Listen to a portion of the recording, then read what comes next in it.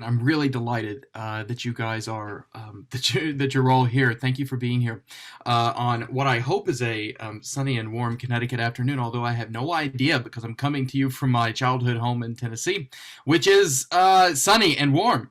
So anyway, I've been here meeting with my family. Meeting with my family sounds like it's a professional errand, and it's not. I've been reuniting with my mom and dad for the first time in 15 months, which has just been splendid. And I've been able to see my fully vaccinated grandparents on both sides, which has just been wonderful. So anyway, Joel and I are having a really marvelous time. But I'm also glad to still to be with you this afternoon. This was scheduled before I scheduled my vacation to go see mom and dad, and I'm still excited about what we have to talk about today. Jim, it's Seymour, Tennessee, actually, which is a little suburb of Knoxville, nestled between Knoxville and Sevierville. As you come into Sevierville off of the interstate, you take a ride at a water park. And as I was reviewing the directions with Jewel, I was like, "Yeah, we take a ride at the water park," and then I was like, "Man, I grew up in a really weird place, didn't I?" And I certainly did, but it's really incredibly lovely. Anyway, glad to be back with my folks in Connecticut here virtually for just a moment. To introduce myself, I think I recognize everybody here who's on the screen, but just in case somebody watches this talk afterward, I'm Father Justin. I'm one of the associate rectors here at St. Mark's and the theologian in residence, and this is our fifth in a series of 6 talks on stories of God and stories of race.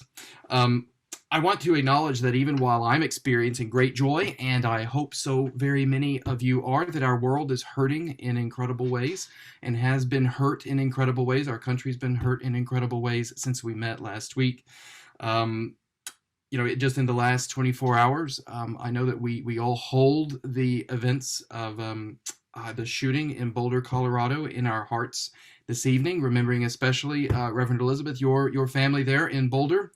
And the families of all those who were killed or affected in some way by the shooting yesterday. I know that we all pray for the repose of the souls of all those who have died, who have now been named. Denny Stong and Nevin Stanizik and Ricky Olds and Trelana Berkowiak and Suzanne Fountain and Terry Licker and Kevin Mahoney and Lynn Murray and Jody Waters and police officer Eric Talley, who was a first responder to the shooting and died fulfilling his high calling of serving and protecting his community. I know that we also all pray for the troubled soul of the shooter, Ahmad Alisa. We remember also those who died in the shootings in Atlanta last Tuesday evening, while we were right around the same time that we were gathering for Syra's marvelous talk. Pray for the repose of the souls of Soon Chung Park, Hyung Jung Grant, Suncha Kim, Yong A Yu, Delana Ashley Yon, Paul Andre Michaels, Zhaoji Tan, and Dao Yu Feng, and for peace for their families and their communities as they all grieve. We pray for all of those who've been affected by this disturbing uptick in harassment of and violence against people of Asian American and Pacific Islander descent and heritage in the past year. Something like more than 3,000 firsthand reports of anti-Asian harassment or attacks have been reported in the last year, compared to roughly 100 incidents in 2019. It's a shocking statistic. And I know that we also pray for the troubled soul of Robert Long, the shooter, and for all those who are working in our criminal justice system in both of these cases, that our Lord would guide and ease their pursuit of an imperfect but still useful justice. I want, especially in light of this and in light of our study, Stories of God and Stories of Race, to just acknowledge the limitations of our Lenten curriculum, which it's just limited, like all things, limited by time and space. This exploration of race has been a really fruitful one for me personally, but it does have its limitations, and the constraints of time, just 6 weeks, and the urgency that I'll say I at least felt. I'll allow Reverend Elizabeth and Father Peter to speak for themselves.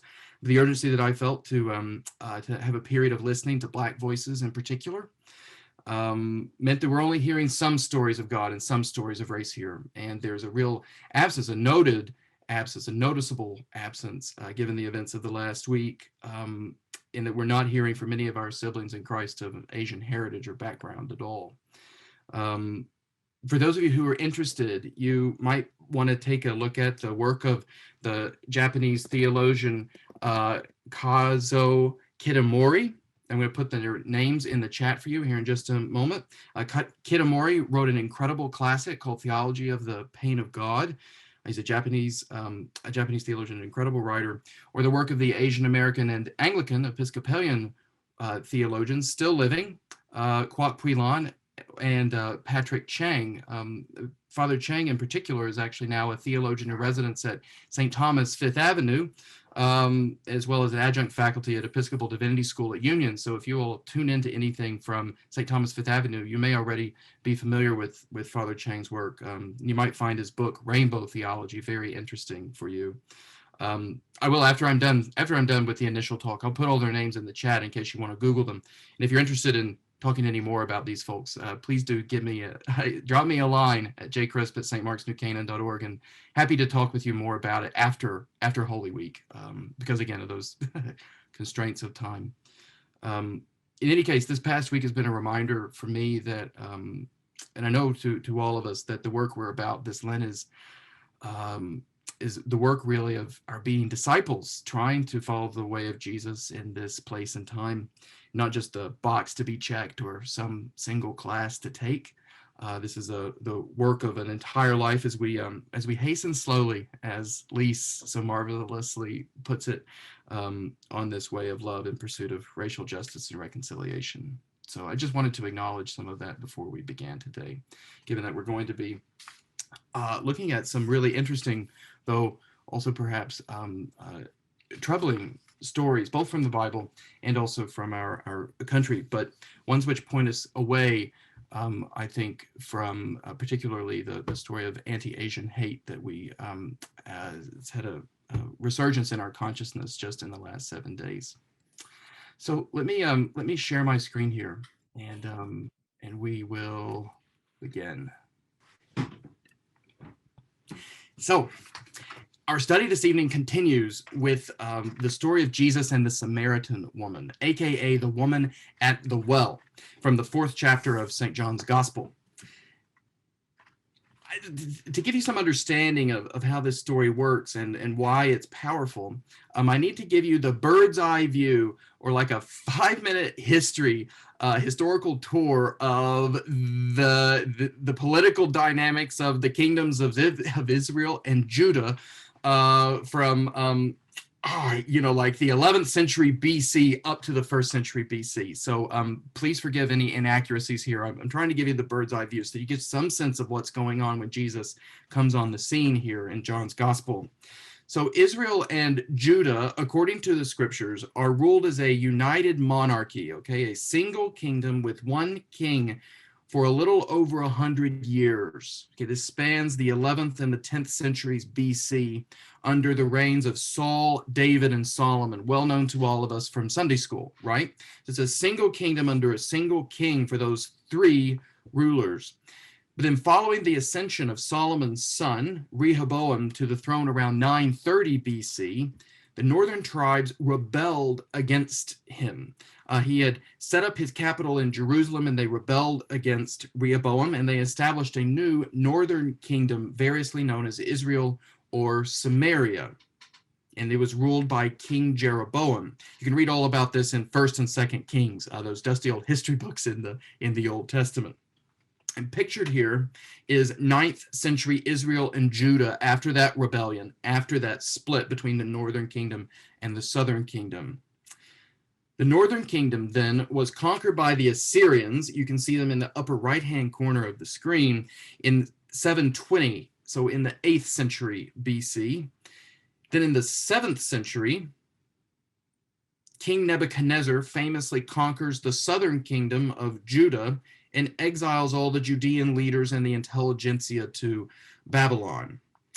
Then the Persians, led by Cyrus the Great, conquered the Babylonians in 539. The Judeans return, and under Persian rule, they begin to build the Second Temple in Jerusalem. And Judea is ruled by the Persians until, guess what? They get conquered again. Alexander the Great rolls in 332, and eventually Judah is ruled by the Hellenistic Seleucid Empire until Judas Maccabeus leads a revolt against the Seleucids in the 2nd century BC and establishes what's known as the Hasmonean dynasty. The Jewish festival of Hanukkah, actually, if you've ever wondered what is Hanukkah about, the Jewish festival of Hanukkah celebrates the restoration of Jewish worship in the Second Temple in Jerusalem, okay, so in the southern kingdom, after Judas Maccabeus had purged it of all the Greek religious artifacts that the Seleucids were so fond of. That's what Hanukkah is actually commemorating, is Judas Maccabeus throwing off the yoke of the Seleucid oppressors. So sorry for that whirlwind tour, okay? But what you get is this picture of two kingdoms separated from each other, and they're being conquered one after another by a series of foreign empires. Modern scholars now think that basically the descendants of these two kingdoms, okay, the Judeans in the south and the Samaritans or the Israelites in the north, basically coexisted until after the Babylonian exile, until after King Nebuchadnezzar rolled into Jerusalem, flattened the temple, and so on, and all of the intelligentsia and the Judean leadership were exiled to Babylon. Until that point, the northerners and the southerners have basically kind of coexisted and intermingled. But at this point, after the exile, their religious practice began to crystallize into two forms of devotion to Yahweh, each having their own form of the ancient Hebrew religion devoted to the God of Abraham, Isaac, and Jacob, but organized around different sites, predictably one in the north and one in the south.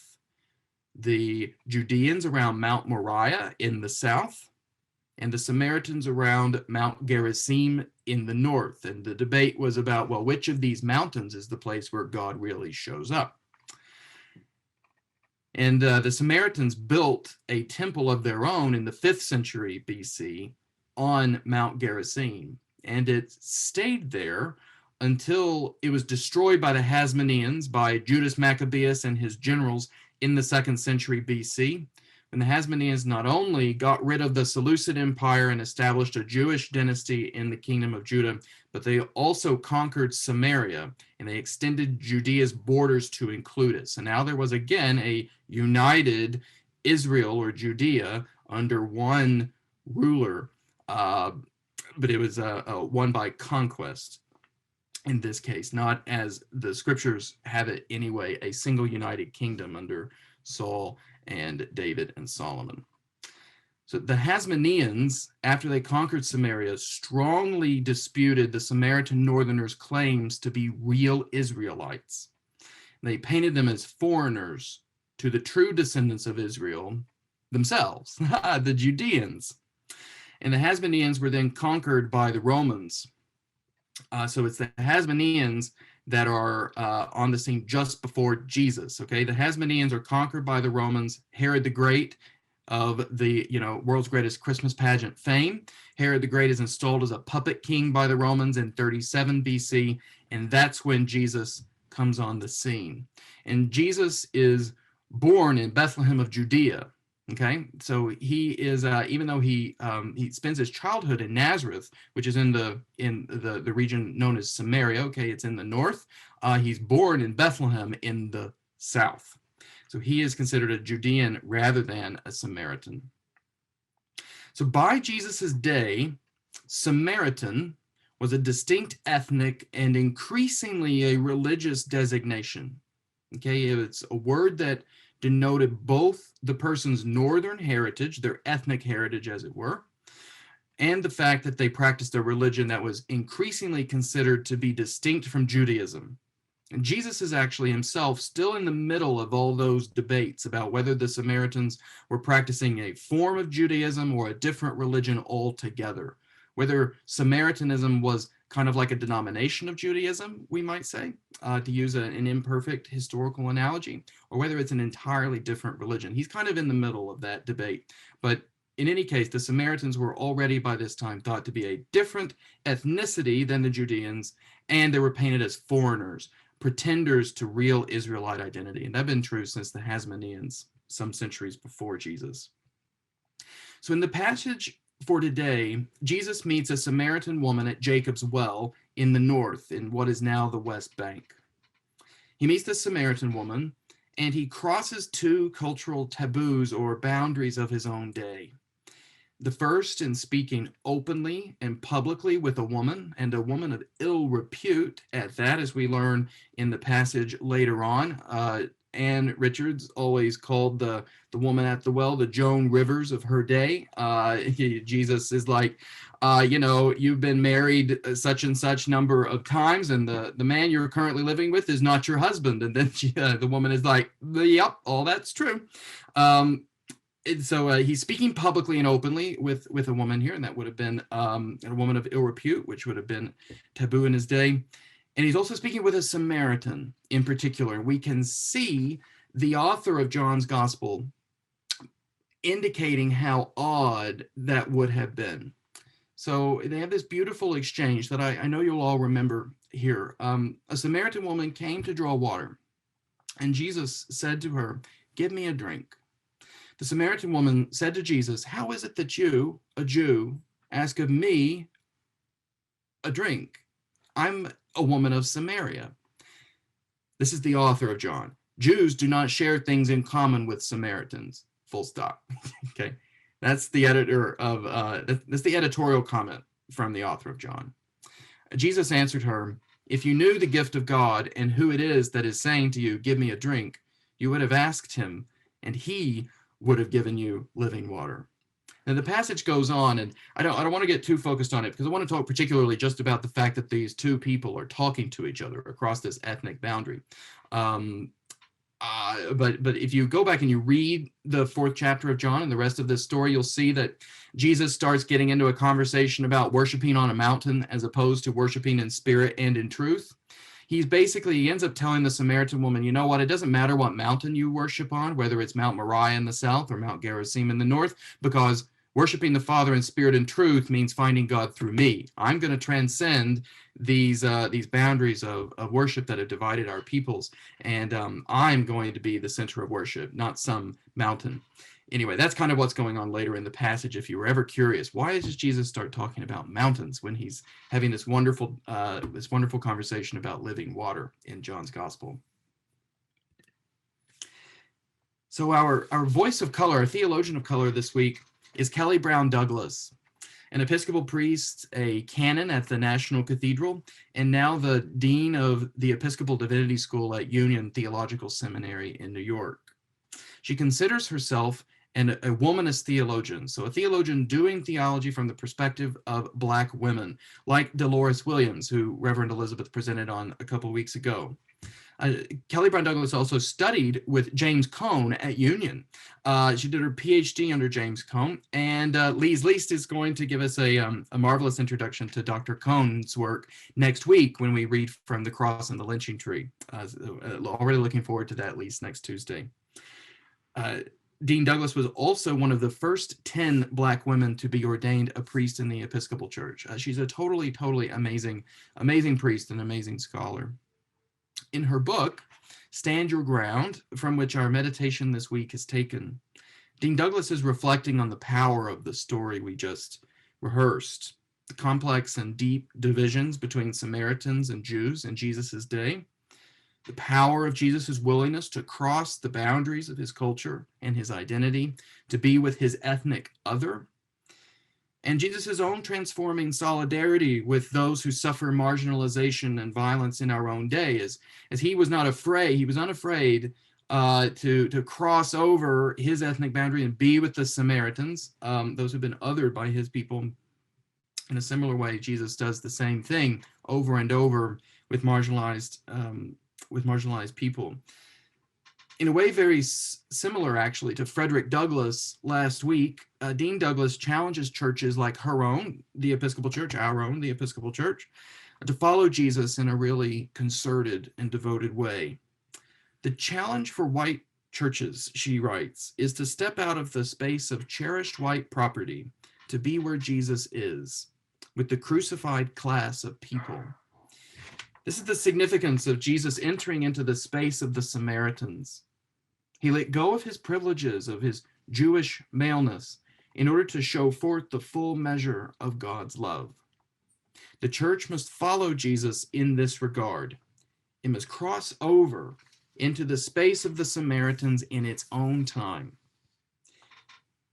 Douglas goes on to say, the church is compelled as a bearer of the memory of Jesus to step into the space of the Trayvons and the Jordans who don't know whether to walk slow or walk fast in order to stay alive.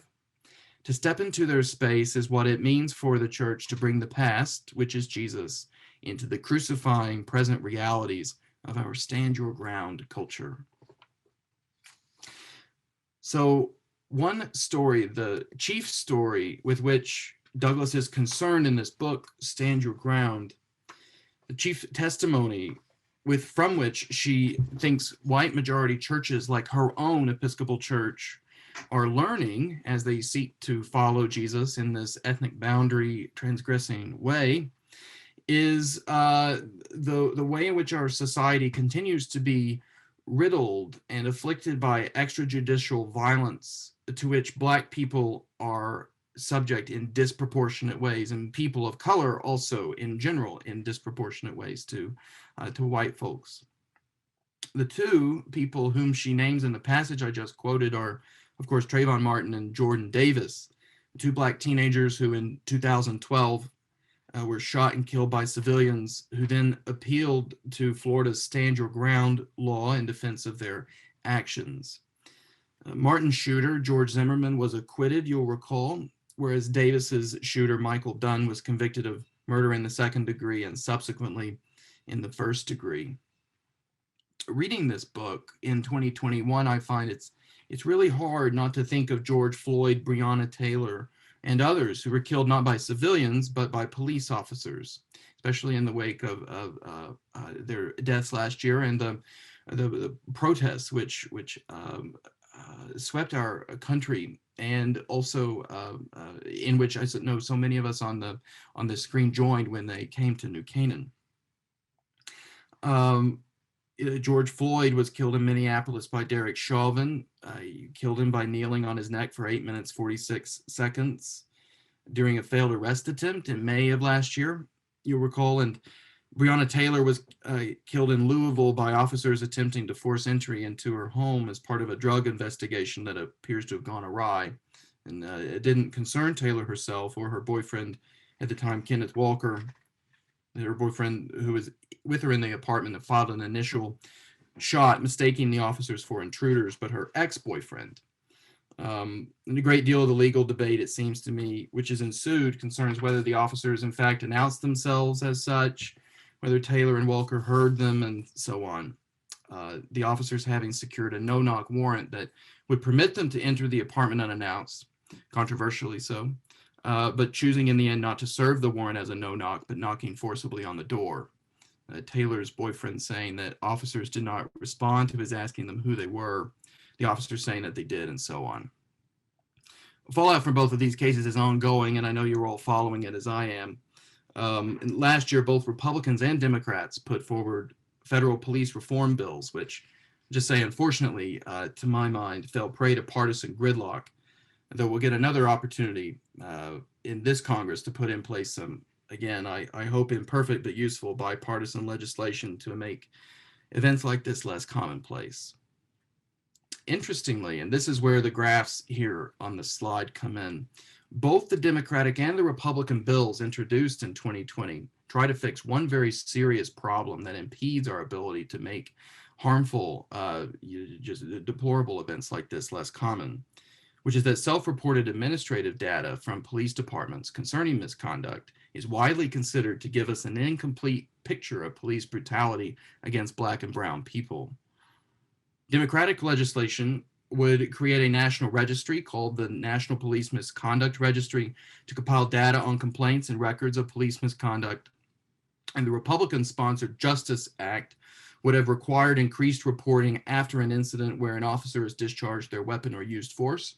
And the Justice Act noted that currently only 40% of police officers from jurisdictions nationwide report to the FBI after one of these two scenarios, when an officer discharges their weapons or uses some other sort of force. The Justice Act would also have required reporting of when, where, and why no-knock warrants are used, although it did not go so far as to actually prohibit no-knock warrants. Although Republican-sponsored legislation by Rand Paul of Kentucky also he introduced a bill that would actually have simply prohibited at the federal level down, from the federal level down, no-knock warrants across the board. A 2019 study from the University of Michigan, Rutgers, and Washington University, published by the National Academy of Sciences, notes that we lack basic estimates of the prevalence of police-involved deaths, largely due to the absence of definitive official data, into which breach journalists have attempted to step in order systematically to track police-involved killings, like the ones with which Douglas is concerned. The researchers in particular used a study called Fatal Encounters, a journalist-led effort to document deaths involving police. The chart to the right here on the slide shows the lifetime risk of being killed by the police in the United States, sorted by sex and race ethnicity, using data compiled between 2013 and 2018. The researchers estimate that over the life course, at levels of risk similar to those observed between 2013 and 2018, about 52 of every 100,000 men and boys in the United States will be killed by police use of force over their lifetimes. And about 3 of every 100,000 women and girls will be killed by police over the life course. White men and boys face a lifetime risk of about 39 per 100,000, whereas 96 per 100,000 black men and boys will be killed by police over the life course, or about 1 in 1,000. That's a risk 2.5 times higher than white men. And the same study notes that this makes police use of force the 6th leading cause of death among men of any race between the ages of 25 and 29, a burden disproportionately borne by young men of color, although the share of white deaths has been increasing in recent years. The researchers say, in language that I think reflects the kind of stoicism of the social sciences, but is nonetheless incredibly powerful, men of color face a non-trivial lifetime risk of being killed by police. The question that Douglas poses is, how does God relate to these folks? And she implies both that Christ is re-crucified in them and that Christ crosses the ethnic boundary between the ethnic boundary between Jews and Samaritans can be a model for white folks as they, I'll say we as a white man, as we try to cross over the racial boundary between white and black to be where Jesus is, already in the crucified class of people, as she puts it. I know no more powerful a depiction of this new 21st century form of crucifixion, nor of God's saving solidarity with those who suffer it, than this icon by Mark Dukes, commissioned by an Episcopal priest and a colleague, actually, of Reverend Elizabeth's in the Diocese of New York, Mark Bizzuti Jones, commissioned in 2015 after the death of Michael Brown, and called Our Lady of Ferguson. I'll say I've personally been really transformed by that crossing over in my own life, and simply listening to and learning from the experience of Black colleagues and friends. That lifetime risk calculation of the chances of dying from police violence being 1 in 1,000 for Black men is really eye-opening. As of 2019, the National Safety Council risk estimates, their risk estimates held that 1 in 1,128 Americans would die of drowning in the course of their lives. 1 in 1,128. Now, that's not nearly as high a lifetime risk as Americans stand of dying of heart disease, okay? That's 1 in 6, okay? I know there's a huge difference between 1 in 6 and 1 in 1,128. But I think that many, if not all of us, know of someone who has died by drowning, or ourselves have been afraid of dying by drowning at one point or other. And Black men are just as likely to die of police violence as they are, as all Americans are, of dying of drowning. I want to end with an invitation to listen to the words of Michael Dukes here, to cross over a boundary for some of us who are white. And I hope to be strengthened by a fellow co-sufferer with Christ, for those of you who are not white. As we end here, the icon writer seems to be totally an amazing person, and I just want to anyway. I'm just gonna end with his words about this particular icon. Jesus said, "What you have done to the least, you have done it unto me." And in America, we know that we cannot get any lesser than the N-word. So with his words, Jesus identifies himself with the N-word. In the icon of Our Lady of Ferguson, the Mother of God and Christ are Black. Christ is a silhouette in her womb area and is targeted and threatened with death, as many African Americans are by the police, the justice system, and even casual citizens, like in the Ahmaud Arbery case. This targeted life mirrors Jesus' life as the authorities treated him like an N-word.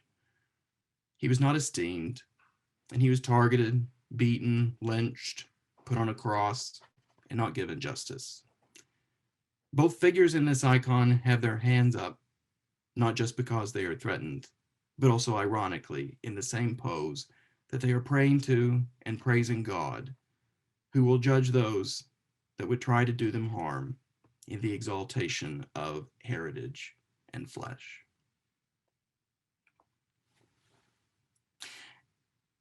And with that invitation, I'd like to open up for questions and conversation here, knowing that there's much conversation to be had in our house churches later this week. If you'd like to ask a question or share a thought aloud, I invite you to raise your Zoom hand, which can be found by clicking the reactions button at the bottom of your Zoom screen, or you may pose a question in the chat.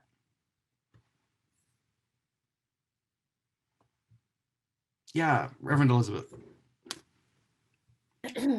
Justin, thank you so much. That was just, it's so much to take in, and a very sobering presentation of a real reality in our country. And I just wanted to comment that when I worked at a school in New York in 2014, 15, 16, I worked with some Black fellow teachers and administrators. And I remember having a conversation with one of the administrators who is a parent of 5 children, and sitting down with her after the killing of Trayvon Martin, and just listening to her talk and talk. She's this, Christian, faithful, real gospel singing, Sunday spending time in church, very faithful woman, and raising these children, and her just telling me her experience of unloading groceries from her car in front of her own apartment building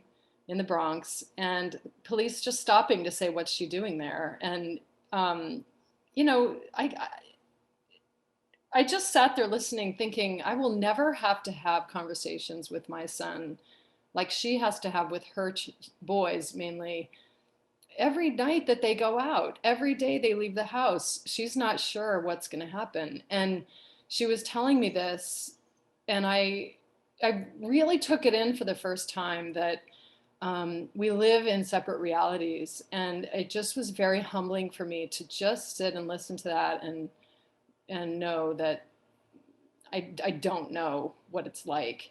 So I really appreciate the reminder of this reality, and of Kelly Brown Douglas's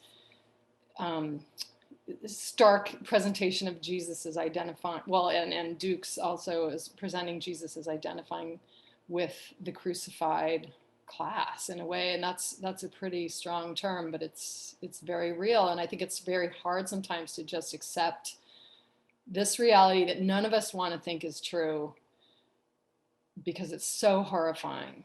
But as a parent, to put ourselves in those shoes, it's just chilling. So thanks for that. And I don't really have a question, but I wanted to just reiterate how viscerally challenging it is, what you're presenting us with tonight. So thanks a lot for taking it on. No, thank you for that. No need for a question. That's an incredible story, Elizabeth, and I'm really glad that you shared it with everyone. Jewel and I were we were thinking today about the people who pointed out this the same violent dynamic to us. And in particular, there's one guy, a friend and a colleague from our master's degrees at YDS. I'm not gonna I'm not gonna give you his name. I'm just gonna say this guy has had incredible success in his career. And if I was to name the positions and the institutions at which he worked, you would all have you'd be filled with deep admiration for him, as I am. But I remember having a conversation about this with him, where he said that he was afraid whenever he got pulled over by police. And he told me about the moment when his mom had the conversation with him as a kid about how to behave around officers, and also how to behave in the community more generally. Instructions never to wear a hoodie, ever. Not never, never. Always to cut your hair very closely and neatly, and so on. It was a very, very, very powerful conversation for us. Yeah, living water of a good if painful kind. And I hope that well, I'll just speak for myself. I'll use I language. As a white person who grappling with these statistics, as I did today, I'm just putting this together. I don't think that my chief reaction is to feel shame or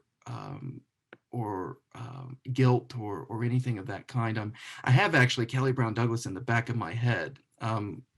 Kelly Brown Douglas gave a talk at Church of the Heavenly Rest in New York, and I got this not from Kelly Brown Douglas herself or from watching the talk, but through from Matt Hyde, your former colleague, Elizabeth. And he was speaking about her talk, and she was talking about the concept of allies. Why allies to people of color, and Dean Douglas actually said, we don't need any allies.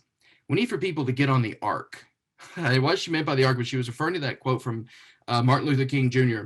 The arc of the moral universe is long, but it bends towards justice. She said, we don't need any more allies. We need people to get on the ark. And I should say, I'm just trying to get on the ark, just one step at a time. Just try to get on the ark.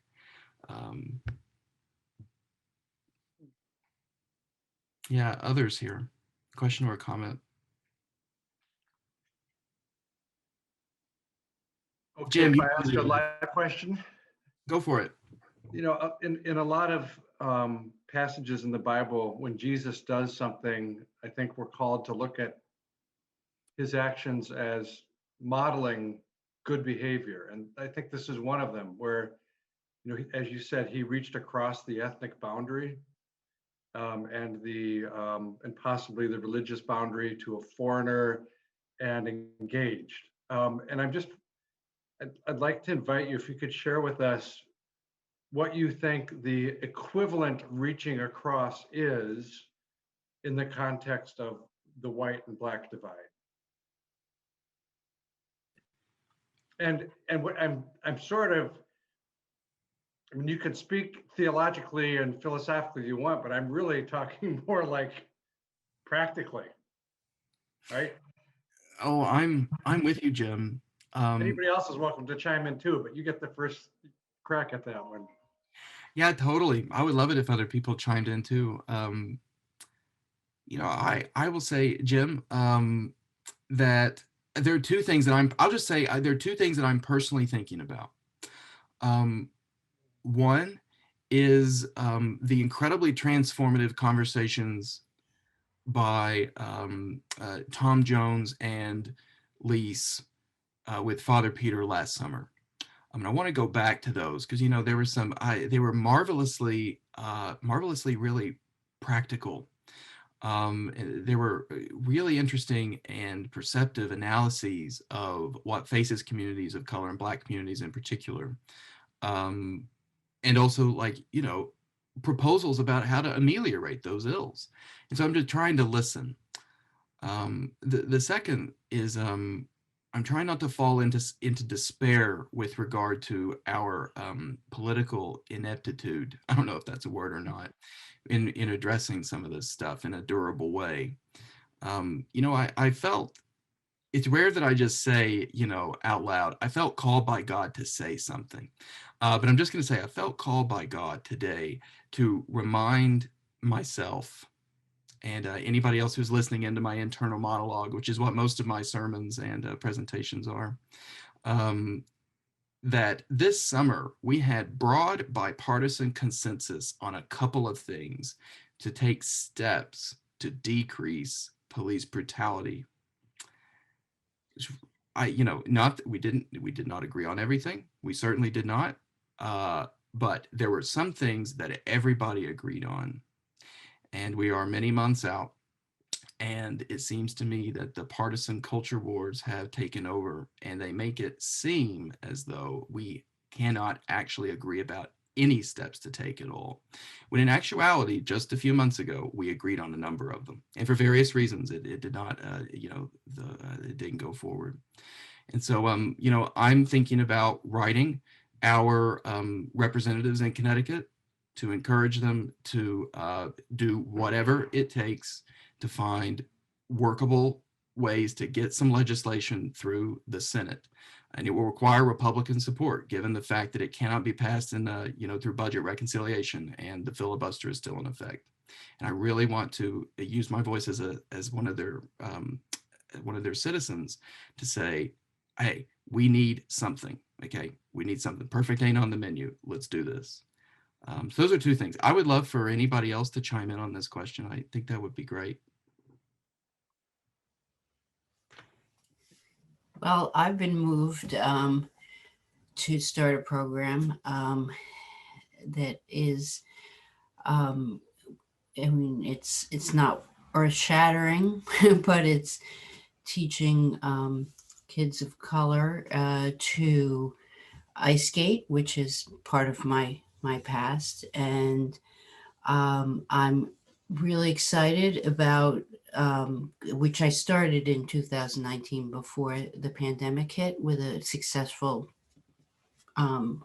pilot program with the kids from New Canaan Country School and at the Darien Ice Rink, and it was a beautiful thing to see how the teenagers who were also volunteering, as well as the pros that we had, and the friendships formed between the teenagers and these younger third and fourth graders.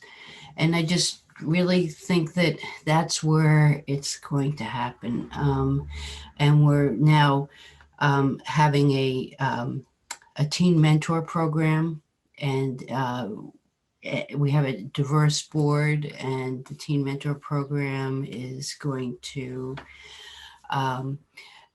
be a way, because a lot of the teens who worked with the kids, and these are privileged, hockey playing and figure skating teenagers who have had the opportunity to learn to skate like I had when I was younger.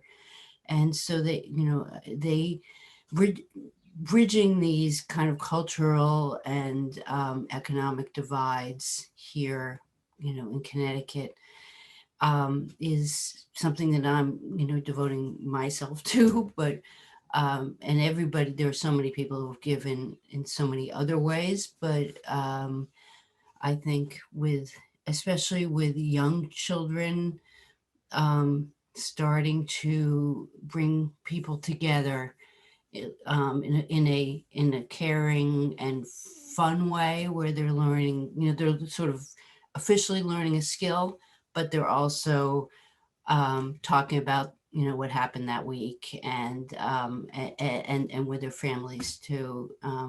And this was the community hardest hit by COVID. The parents who were working 2 to 3 jobs before have a lot of them have lost their jobs, and they've experienced illness and death. And so it's a way to kind of build build from what has happened, with COVID, and to give them some fun and also, building confidence. The things that I got from skating, like building confidence and learning resilience, how to fall and get back up, have really helped me my whole life. And I think that that's what's I want. It's not about me anymore. I want to pass it on to these kids who don't have the opportunity. So it's I think, but I know so many other people who within St. Mark's who are so giving and who are doing very similar things with Future Five and other organizations to really, really help. Because in Fairfield County, there are huge opportunity gaps between the rich, between us and kids and families in Stamford and Norwalk and Bridgeport. And so, I think, whatever we can do. It's beautiful, Emily. Well, wonderful. God bless your project. I mean, seriously, God bless it. Make His face to shine upon you. Wow. Any others with a thought here or a question? I think we have time for one more. Oh, wow. That's a great question, Elizabeth. So if no one else has a question, I could try that one on. But given the time, anyone else with a comment or a question here who's dying to get in?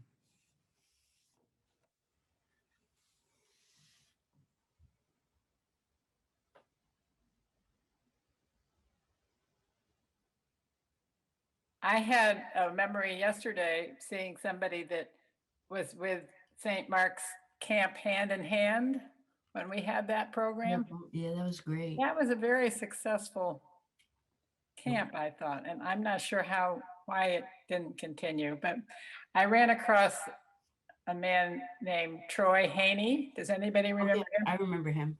He was just wonderful, and he was at a funeral or a Hoyt visiting yesterday at somebody where I was also. And I just felt so good just to see him because he's such a nice guy. And I think he did a lot of good in that program. That was a great program, Camp Hand in Hand. But too bad it had to go by the boards.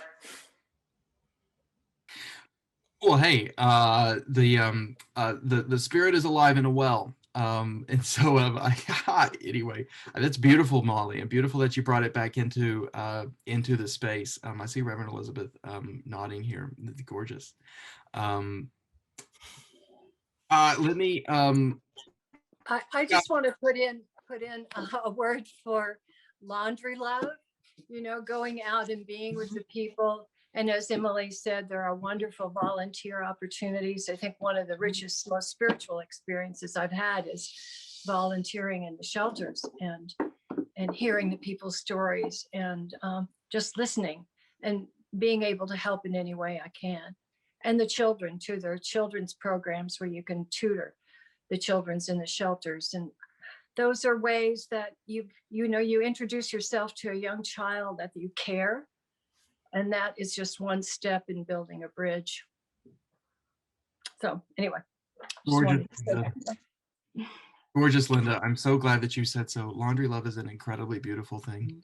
Incredibly beautiful. And thank you so much for your devotion to it and to the devotion of so many of you on the screen. If I would begin to name names here, I would undoubtedly forget someone. I can't resist a parting shot here with Elizabeth's question about how do you think Jesus might have been shaped by his encounter with the Samaritan woman. Those of you who know me really well will know I'm not an historian. That's why that long, like, bird's eye view of the history of Samaria and Judah, oh my gosh, that was hard for me. But I did it because I thought it was interesting. We had to know a little something about, well, who are these people? But I'm a theologian, not an historian. I'm the opposite of Dr. Krusecki. Maybe not the opposite, but my training is not the same. And so I like to play fast and loose with the scriptures. I think that God speaks to us through these stories, through these words, and that's what makes them scripture for us. So I don't know when Jesus in his life met the Samaritan woman or the woman at the well. When in his life he did. There are questions about the historical accuracy of John's gospel, for example. Father Peter gave a sermon a few weeks ago talking about how John puts things in his life in a different order. But the 4th chapter of John is pretty early.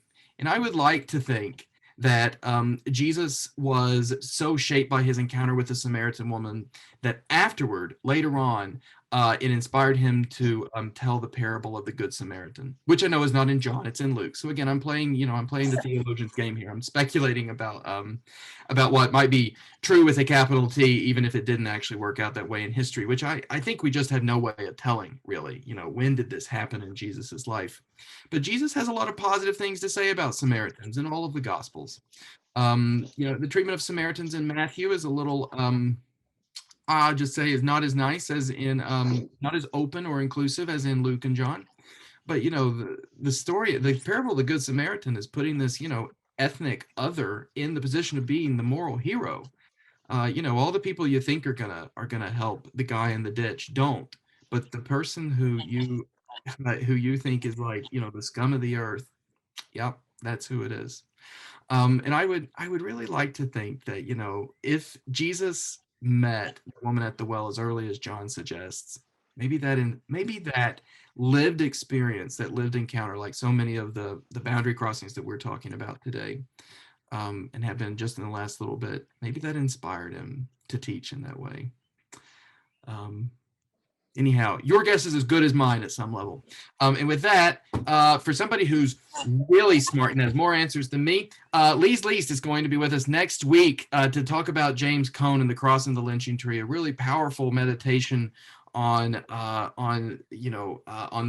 crucified class that Kelly Brown Douglas is talking about. It'll be a powerful Holy Week meditation. I'm looking forward to it spiritually and devotionally. It'll be powerful to read this stuff and to hear Lise present on it as a beginning to our Holy Week journey through the cross, and ends with the empty tomb. So anyway, thank you, Lise, for next week. God bless you all in your conversations in your house churches, and have a lovely evening. I'm back on vacation. Sayonara. Goodbye.